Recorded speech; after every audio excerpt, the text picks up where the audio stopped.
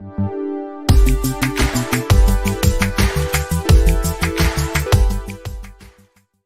you an instructional designer who struggles with visual design? Well, on today's live stream, I'm going to give you my top tips on how to achieve really stunning visuals. My name is Callista Dawson, and I'm the Learning Experience Design Manager at Los Angeles Pacific University. And I've been designing visual content and media for, we won't say how many years, but for a long time. And it's something I'm really passionate about, and I love that I get to do this for a living. So today I'm going to share with you just a few tips that will hopefully help you level up your designs.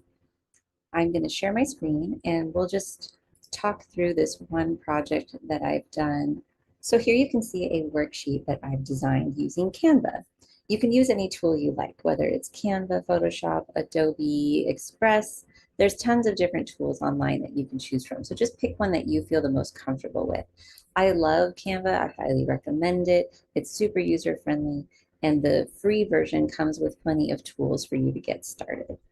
But for now, we'll just talk through what you're seeing here. So this is a worksheet that I designed for one of our psychology courses.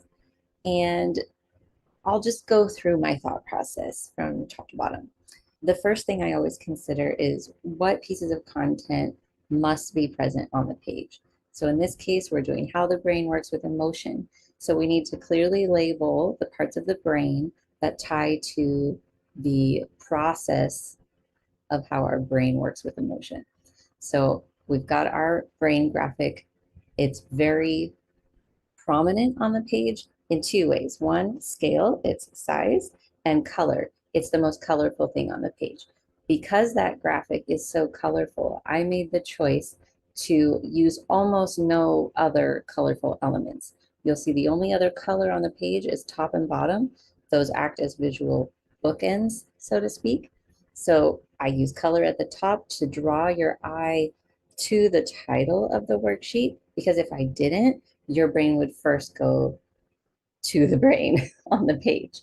So in an attempt to establish hierarchy of information, which is another thing you need to keep in mind when you're designing, I use that big block of color at the top to make sure that it's established as your starting point visually. The other thing I did to establish that hierarchy with the title is I used bold, big black font. So the font is the biggest font on the page.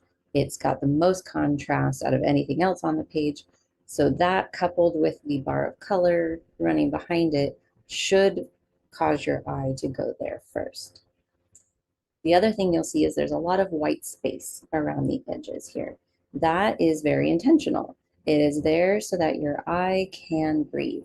It actually allows the viewer's eye to flow down the page in a much more natural, relaxed way. And having that breathing room on the sides communicates to your viewer's brain that this was designed intentionally. It wasn't just information slapped on a page. Another thing to consider is your color scheme. So like I mentioned before, this brain graphic has lots of different colors involved. So I personally have a preference towards blues because those colors communicate a sense of calmness. So anything in the blue realm, especially if it's a middle to low saturation, those are going to have a more calming effect. And let me just quickly show you what happens when you change the color saturation, because it really is a factor you have to consider. So right now, if I go into my color picker, you'll see I'm kind of in the middle of this saturation range. So all the way down here, we're going to get into the blacks, and all the way up here, we're going to get into the whites and brights. So if I were to pump up the saturation all the way up, see how bright that gets? Not only does this not print, this color is not going to print well, it also actually makes me want to like scowl. My forehead gets furrowed. My eyes do not enjoy looking at something with such a high saturation. So usually you want to aim for the middle. And obviously the darker you go, the more contrast you get on the page. So that just really brings the eye to that section. So this is unpleasant, and anything down here is much better for the eye, more relaxing. If you go into the whites, then you lose your contrast altogether. So you kind of want to live somewhere in here. See how all these middle tones just look so much nicer. Okay, so that's that. Another thing is typography. Typography really matters. So in this case, I'm using Poppins. Did I use it all the way down? I did. So in this project, I chose to use one font.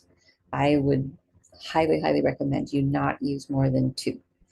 And in using more than one font, I would suggest that you choose a bolder sans serif font for things like titles and headings, and then a thinner, still preferably sans serif font just for legibility um, for your body text. Some people like to pair sans serif with serif. Um, that's fine. There's nothing wrong with that. But like I mentioned before, you want to consider legibility. I believe it's still a true statement to say that Lato is currently the most accessible font. So if accessibility is something you are concerned about, which as an instructional designer, it should be, Lato is always a really good go-to font. So if you have that available to you, I almost always use it now. In fact, we work heavily in D2L Brightspace as our LMS, and that is their default font. So that's something to consider. We talked about hierarchy, we talked about contrast. Alignment would be my next thing to talk about. I'm sure as you looked at this, whether or not you consciously thought about it, alignment is something that stuck out to you because I was very intentional about it. So my boxes here where the student will fill in their information are always aligned with the box below. So I'm going to zoom in just so you can really see it. The cool thing about Canva is it gives you some really cool guides. So as you can see that pink bar saying, oh, do you want to align to this margin mark? No, I want to align it to this box. So now I can see that it's aligned there. And this edge, boop, boop, it snaps right on there so you know it's aligned. Love that feature about Canva.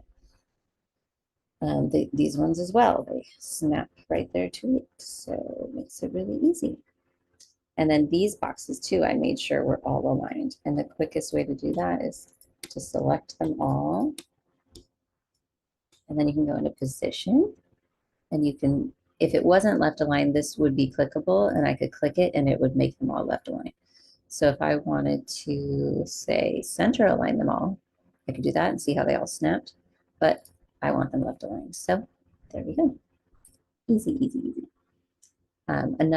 Another way to achieve alignment there, some of the other options I guess I could just talk about. I often use these tools for vertically or horizontally spacing things. That way it has an equal amount of space between each item. Canva, again, has some really cool built-in features where when I'm moving things around, I can see that amount of space right there. So it's 0.24. So now I can check and see that this is also 0.24. And look, it's even showing me it's equal to the space above it. I love that feature. It's so helpful as a graphic designer. And then if worst case came to worse and you really wanted to just get exact measurements, you could type in exactly what you wanted in these advanced boxes here. Okay, let's talk about accessibility. Is something I mentioned earlier, but Canva also has some really cool built-in accessibility tools. And this will be the last thing I cover for this video. So you can go into File, View Settings, check Design Accessibility. I don't know if I've done that on this one yet. Ah, yes, I have. Okay, so because I've already run this on this particular project, I don't have any errors. But what you will see pop up here is if your font is too small, that will trigger a typography, what do they call it? Basically, it tells you what you need to edit. So if it's too small, it'll say this font needs to be bigger. And then you can just click it and it'll automatically make the change. That might result in the need for you to go back to your design and rearrange things a little bit to accommodate the font now being bigger, but it does a lot of the work for you. Color contrast is another thing that it looks at. So that means if this text, here, let me just mess it up so you can see. If I were to make it gray, it immediately triggers that as an issue. So here's what a low contrast text. If I click it, it'll say it's hard for people to read this. Here's the current color you're using. Here's some colors we're suggesting from your existing brand kit, which is super cool. So I could change it to the gray and it would resolve the issue.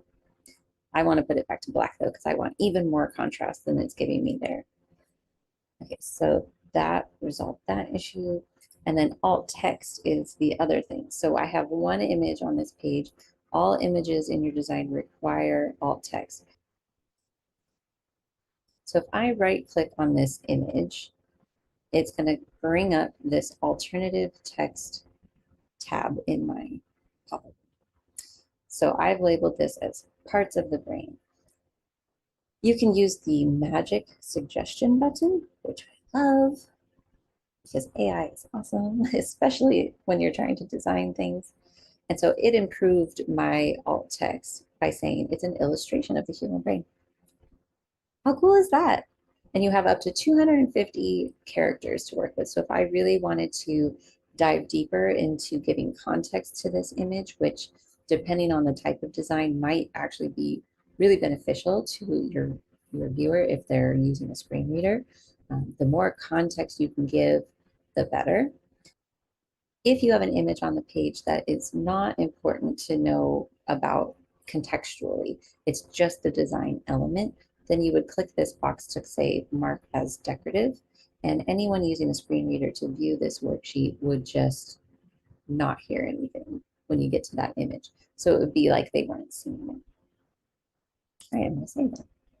Anything else I need to talk about? The last thing I'll say about being an excellent graphic designer is being open to feedback and seeking it out. So I would say if you designed a worksheet like this, the best thing you can do when you're at least done with your first draft of it, show it to someone. Even if that someone doesn't have a background in design, it's still good to put it in front of someone else who's not invested in it the same way you are. And really try to get some useful feedback from them in terms of, does this work? Are there typos? But, a lot of people, even without design experience, have gut feelings about what they're looking at and whether or not it's good. So if someone's looking at your work and they're not reacting positively, or maybe in the way that you expected them to, or if they're, using the worksheet and trying to fill it out and they're not doing it the way you had hoped they would do it, that's all useful information. You can take that feedback and put it into your second draft to make it even better.